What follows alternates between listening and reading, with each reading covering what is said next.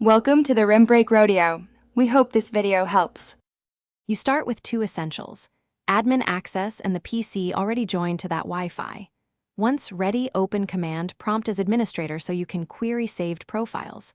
Make sure you know the exact SSID. Typing it wrong stops the process. Open a terminal now and run the Quick Profile List command so you can see saved networks.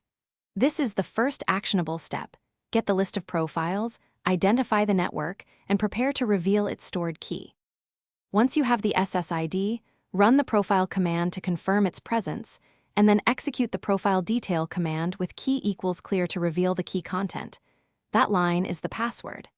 If you prefer a GUI, open network and internet settings, go to Network and Sharing Center, click the active Wi-Fi name, then Wireless Properties, right arrow Security, right arrow Show Characters.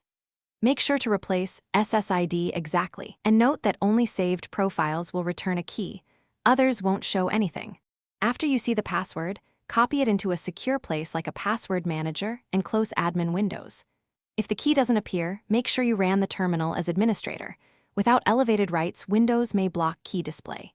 If the profile is missing, log into the router's web interface at common IPs such as 192, 168, 1 to view or reset the Wi-Fi password using router admin credentials. If you still can't, ask the network. Thanks for watching. Consider subscribing if we helped you.